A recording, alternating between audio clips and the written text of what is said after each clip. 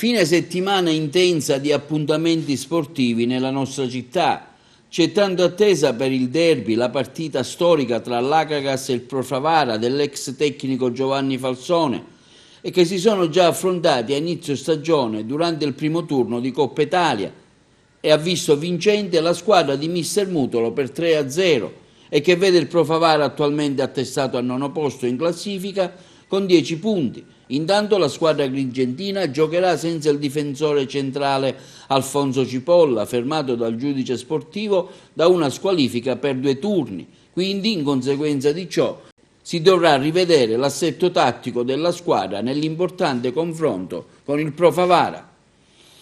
Per il basket maschile, domenica 10 novembre al Pala Moncada di Agrigento, la Fortitudo affronterà il Latina Basket. La partita è valevole per la 7ª giornata del campionato di Serie A2 Old West. Il match inizierà alle ore 18. Il coach Davis Cagnardi afferma: torniamo davanti ai nostri tifosi dopo la trasferta di Capodorlando e lo dobbiamo fare con lo spirito battagliero che ci deve accompagnare sempre in ogni sfida. La squadra in settimana ha lavorato con impegno e volontà, anche se necessita fare uno step importante nella qualità e nella continuità del lavoro quotidiano per non fermare il nostro processo di crescita.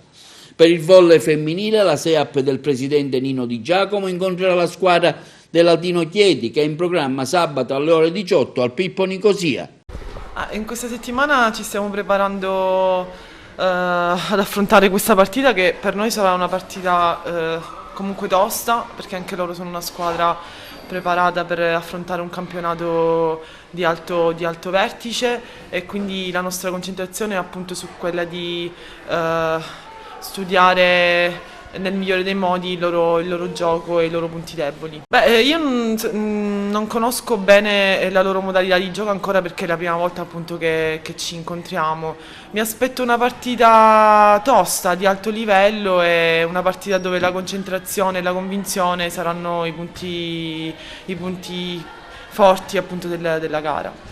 Adesso sto iniziando piano piano a riprendermi, anche perché come sanno sono arrivata un mese dopo, quindi un po' della preparazione mia è stata differente da quella delle mie compagne, però ho l'aiuto da parte loro, l'aiuto da parte dello staff, quindi mi sto riprendendo bene, ecco.